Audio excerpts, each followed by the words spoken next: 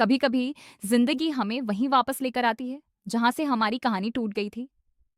फर्क सिर्फ इतना होता है कि इस बार हम टूटे हुए नहीं लौटते, हम बने हुए लौटते हैं, मजबूत होकर, तैयार होकर और इतिहास लिखने के इरादे से। ये कहानी है एक ऐसी बेटी की जिसे उसके हालात ने छोटा बना दिया था, लेकिन उसके सपनों ने उसे आसमान से भी बड़ा बना दिया। ये कहानी है उस अपमान की जिसने एक गरीब लड़की को आईपीएस अफसर बना दिया। एक छोटे से गांव के किनारे कच्ची सड़क के पास मिट्टी और टीन की छत से बनी एक झोपड़ी थी। वहीं रहती थी सीता देवी। सुबह सूरज निकलने से पहले ही वह उठ जाती, टूटी चप्पल पहनती, टोकरी में सब्जियां सजाती और गांव के बाजार की तरफ चल देती। उसकी दुनिया बस दो चीजों के इर्द गिर्द घूमती थी, मेहनत और उसकी बेटी आराध्या। आराध्या 15 साल की थी, दुबली पतली, लेकिन आंखों में एक अजीब सी चमक। वह चमक जो अक्सर उन बच्चों में होती है जिनके पास सब कुछ नहीं होता, लेकिन सपने बहुत बड़े होते हैं। स्कूल की पुरानी किताबें, फटी हुई कॉपियां और बोरोड पेन से वह पढ़ाई करती थी। उसे पढ़ना अच्छा लगता था। उसे कानून की किताबें पढ़ना अच्छा लगता था। उसे यूनिफॉर्म में खड़े अफसरों को देखना अच्छा लगता था।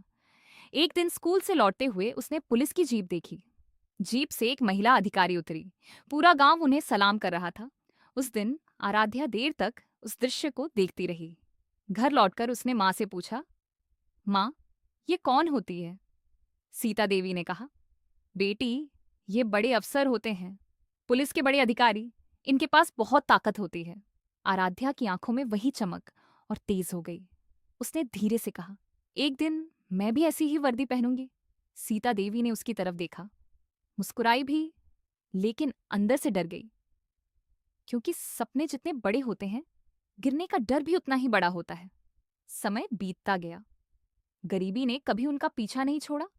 कई बार ऐसा होता कि घर में खाना कम पड़ जाता। कई बार स्कूल की फीस भरने के पैसे नहीं होते। एक बार तो ऐसा हुआ कि स्कूल ने आराध्या का नाम काटने की चेतावनी दे दी। उस दिन सीता देवी ने अपनी इकलौती चांदी की पायल बेच दी। लेकिन जिंदगी का असली मोड़ उस दिन आया जब अपमान ने आराध्या के अंदर की आग को स्थायी रूप दे दिया। सीता देवी रोज की तरह सब्जी बेचने गई थी। उसी रास्ते में थाना पड़ता था। कभी कभी पुलिस वाले बिना पैसे दिए सब्जी उठा लेते। उस दिन भी एक सिपाही ने टोकरी से सब्जी उठाई और हंसते हुए बोला, अरे सीता, तेरी बेटी तो बड़ी अफसर बनेगी ना।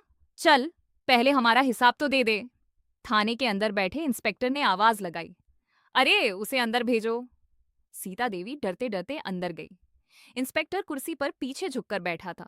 उसने व्यंग्य भरी हंसी के साथ कहा, सुना है तेरी बेटी आईपीएस बनेगी। पहले अपनी औकात देख। 2 वक्त की रोटी नहीं मिलती और सपने आसमान के। कमरे में बैठे बाकी लोग हंस पड़े। सीता देवी चुप रही। उसकी आंखों में आंसू थे, लेकिन उसने सिर झुका लिया। दरवाजे के बाहर खड़ी आराध्या ने सब सुन लिया। उस दिन उसकी आंखों में आंसू नहीं थे, वहां सिर्फ आग थी। अपमान की आग, चुनौती की आग। उस रात उसने देर तक पढ़ाई की। लालटेन की पीली रोशनी में उसने खुद से वादा किया, एक दिन मैं इसी थाने में वर्दी पहनकर आऊंगी और उस दिन किसी गरीब को सिर झुकाना नहीं पड़ेगा। दिन महीने बने, महीने साल बने। स्कूल खत्म हुआ, कॉलेज का सवाल आया तो पैसों की दीवार फिर सामने खड़ी हो गई। लेकिन इस बार आराध्या रुकने वाली नहीं थी। उसने स्कॉलरशिप के लिए फॉर्म भरा। गांव के मास्टर जी ने मदद की। उसे शहर के सरकारी कॉलेज में एडमिशन मिल गया। शहर की जिंदगी आसान नहीं थी। छोटा सा कमरा, पार्ट टाइम ट्यूशन, दिन में क्लास, रात में पढ़ाई। कई बार भूखे पेट सोना पड़ा। कई बार लगा कि यह सब बहुत मुश्किल है। लेकिन हर बार उसे वही थाना याद आता, वही हंसी, वही शब्द, औकात देख। ग्रेजुएशन के बाद उसने यूपीएससी की तैयारी शुरू की। लोग कहते थे, यूपीएससी लाखों लोग देते हैं, कितनों का होता है? कोई कहता, ये बड़े शहरों के बच्चों के लिए होता है। कोई कहता, गरीबों के बस की बात नहीं। पहली बार उसने परीक्षा दी। प्रीलिम्स निकला, मेंस में रह गई। रिजल्ट वाले दिन वह बहुत देर तक स्क्रीन को देखती रही। नाम नहीं था। कमरे में सन्नाटा था। उसने माँ को फोन किया। सीता देवी ने सिर्फ एक बात कही, हार गई। आराध्या ने गहरी सांस ली और कहा, नहीं माँ, बस सीख रही हूं। उसने अपनी गलतियां नोट की, टाइम टेबल बदला, सोशल मीडिया छोड़ा, दोस्तों की शादियों में नहीं गई, त्योहारों पर घर नहीं आई। उसने अपनी दुनिया सीमित कर दी, किताबें, नोट्स और सपना। दूसरी बार उसने परीक्षा दी, इस बार इंटरव्यू तक पहुंची। इंटरव्यू बोर्ड के सामने बैठते हुए उसके हाथ थोड़े कांपे, लेकिन आवाज नहीं।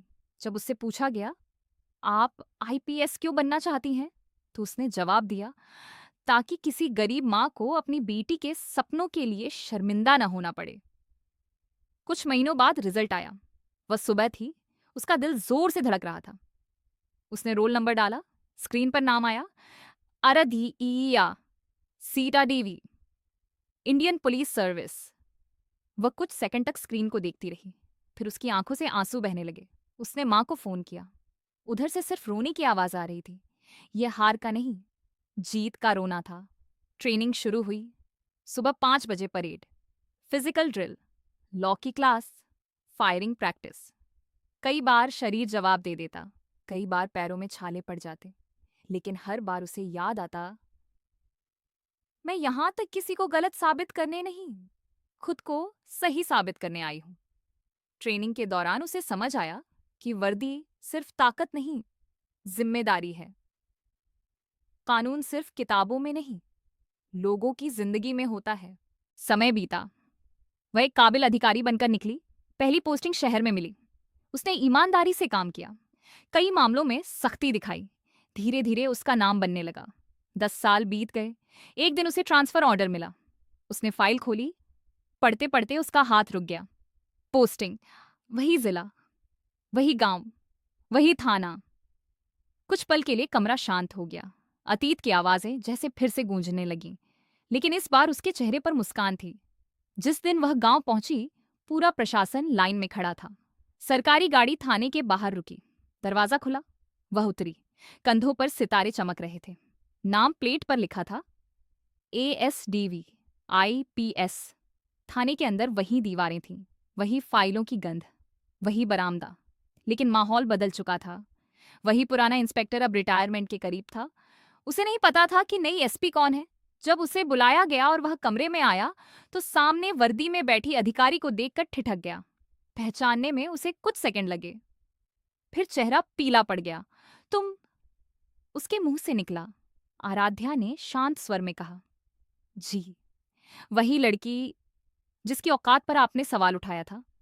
कमरे में सन्नाटा छा गया। वह आगे बोली, मैं यहां बदला लेने नहीं आई हूं, मैं यहां व्यवस्था सुधारने आई हूं। लेकिन आज मैं आपको एक बात जरूर कहना चाहती हूं, किसी गरीब के सपनों पर हंसना सबसे बड़ी कमजोरी है। उसने उस दिन कोई चिल्लाहट नहीं की, कोई अपमान नहीं किया। उसने सिर्फ सिस्टम को दुरुस्त करना शुरू किया। थाने में लंबित मामलों की समीक्षा हुई, रिश्वत लेने वालों पर कार्रवाई हुई, महिला हेल्प डेस्क शुरू हुई, गांव में जागरूकता अभियान चलाया गया। एक दिन उसने स्कूल में भाषण दिया, वही स्कूल जहां कभी फीस के पैसे नहीं थे। उसने बच्चों से कहा, अगर लोग आप पर हंस रहे हैं तो समझ लीजिए कि आपका सपना उनसे बड़ा है। गरीबी गुनाह नहीं है, लेकिन हार मान लेना गुनाह है। भीड़ में उसकी माँ बैठी थी, आंखों में गर्व था, सिर ऊंचा था। कुछ महीनों बाद उस थाने की छवि बदल चुकी थी। लोग डर से नहीं, भरोसे से आते थे। और जिस इंस्पेक्टर ने कभी उसका मजाक उड़ाया था, उसने एक दिन चुपचाप आकर कहा, मुझे माफ कर दीजिए। आराध्या ने जवाब दिया, माफी मुझे नहीं, खुद से मांगिए, और वादा कीजिए कि आगे कभी किसी के सपनों का मजाक नहीं उड़ाएंगे। उस दिन कहानी पूरी हुई, लेकिन असल जीत बदले में नहीं थी। असल जीत उस बदलाव में थी जो उसने खुद में और सिस्टम में लाया। कभी कभी जिंदगी हमें वहीं वापस लाती है जहां से हम टूटे थे, लेकिन अगर हम मेहनत, धैर्य और इरादे से खुद को बना लें तो वही जगह हमारी सबसे बड़ी जीत बन जाती है।